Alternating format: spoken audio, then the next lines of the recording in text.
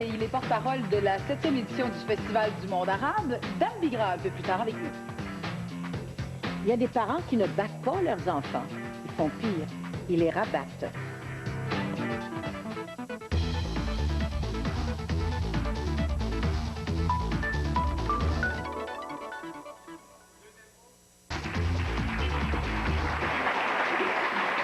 Inutile de vous dire qu'on n'était pas à bout de nos questions avec Geneviève Lepage. On l'aurait bien gardé encore 1 heure ou 2.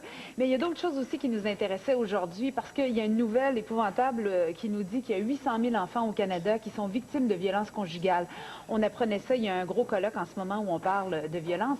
Mais la violence peut être physique, mais elle peut être aussi psychologique. Et dans les courriels qui sont adressés à Jeannette, il y a un homme qui vous parle, Jeannette, des blessures émotionnelles, affligées par des parents. Et ces violences verbales-là sont beaucoup moins visibles, mais peuvent laisser des marques encore plus grandes. C'est destructeur.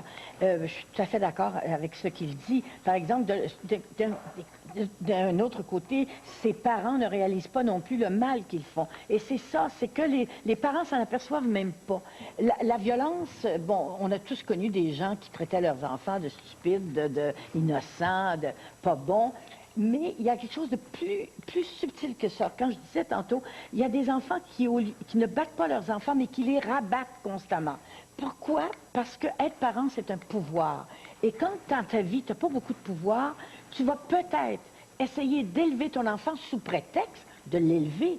Tu ne fais que le rabaisser constamment. Il y avait une annonce il y a quelques années à la télévision américaine. C'était un petit gars qui rentrait, qui criait en anglais « Maman, maman, je suis arrivé premier ».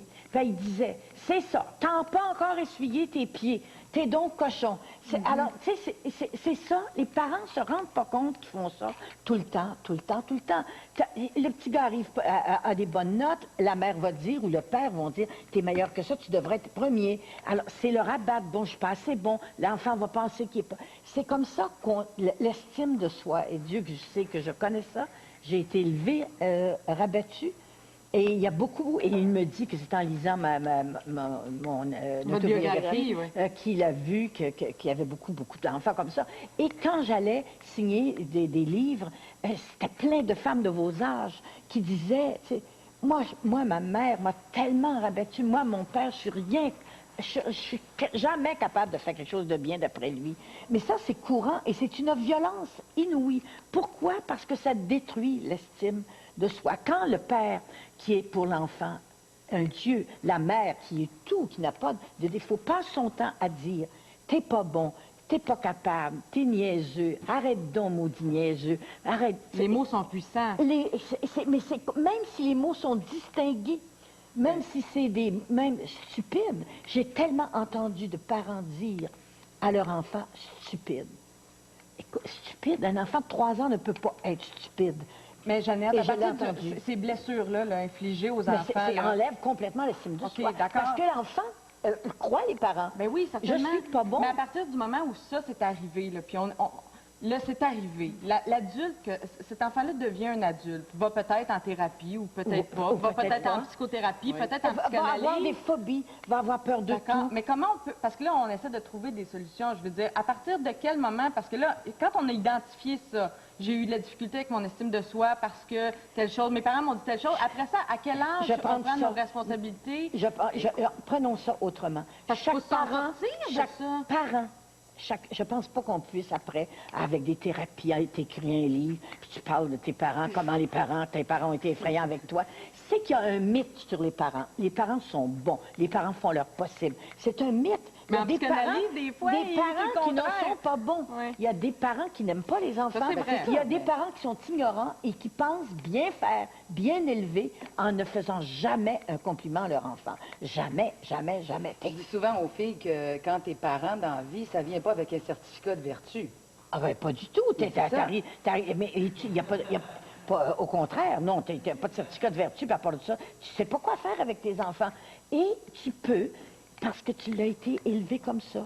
Ou tu peux faire le contraire. Moi, j'ai fait le contraire. J'ai beurré mes enfants d'amour et de « t'es bon assez » qu'ils se plaignent maintenant. Il n'y a personne qui nous dit qu'on est bon. On est aussi bon que vous êtes. Jeannette, pour toi, qu'est-ce que tu as fait pour toi pour guérir cette blessure-là d'estime? Parce qu'on veut la guérir. Mais on ne cette peut pas la blessure. guérir. Cette blessure d'estime-là est toujours là, puisque je me dis toujours, je ne suis pas capable. Il faut toujours que quelqu'un me dise, tu es capable. Quand Carole Levert, mon éditrice de l'autobiographie, m'a dit, tu es capable d'écrire un roman, je l'ai cru. Si personne ne me le dit, moi, je ne suis pas capable de rien, pas d'envie. Mais il faut que quelqu'un me dise, tu es capable, là, je les crois. Et à la base, si les parents agissent de cette façon-là, est-ce que c'est par manque de confiance en eux? Ils ont été élevés comme ça. C'est qu'on refait toujours. Il faut à un moment donné ne plus faire comme les parents, puis dire, moi j'ai été élevée. J'ai une de mes amies qui m'avait dit un jour, je la voyais donner une gifle à sa fille. Je dis, fais pas ça. Mais c'est épouvantable à sa petite fille. Elle m'a dit, mais moi j'ai eu des claques en pleine face toute la vie, puis regarde comme je suis. Je lui ai dit, peut-être que tu serais mieux si tu n'avais pas eu de claque dans la figure. Parce qu'elle le refaisait, le pattern. Tomber dans le pattern, c'est très, très facile. C'est ça que tu as appris. Quand tu élèves tes enfants, tu es dans la crise. Tu as beau avoir raisonné, quand arrive la crise, qu'est-ce que tu fais? Tu copies ce que tu as vu dans ta vie. Tu dis, oh, je viens de faire ça. Et Seigneur, que je m'haïs d'avoir fait ça. J'ai fait exactement ce que je ne voulais pas que ma mère fasse avec moi. Je viens de le faire. Alors, on peut, dès qu'on a un enfant, le féliciter, lui trouver des bons côtés, même s'il n'a que des mauvais côtés, lui en trouver des bons. Oui, c'est vrai. C'est vrai. Tout en gardant une réalité. Il peut être super tannant. On peut lui dire qu'il est tannant, mais qu'il est beau pareil. Oui, oui, mais la foi qui n'est pas tannant. Tu le félicites, tu dis, t'as été extraordinaire aujourd'hui. Mais moi, j'insiste sur le point que Marie-Soleil apporte. Qu'est-ce qu'on peut dire à cet homme qui nous a écrit pour qu'il garde espoir et qu'il puisse au moins cicatriser quelque chose? Il y a des remèdes très simples.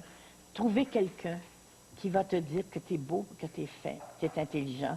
C'est ça qui donne. Alors, cette personne-là, tu cesses de croire tes parents, tu crois à la personne qui te dit que tu es beau et tu es fin.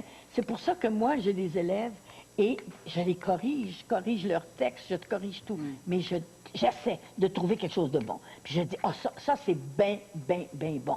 Puis après ça, je passe mon petit message. C'est bon. Je pense qu'il y en a un aussi qui sait comment parler aux enfants, entre autres. Dan Bigra est avec nous au retour de la pause. Merci beaucoup, Vanessa.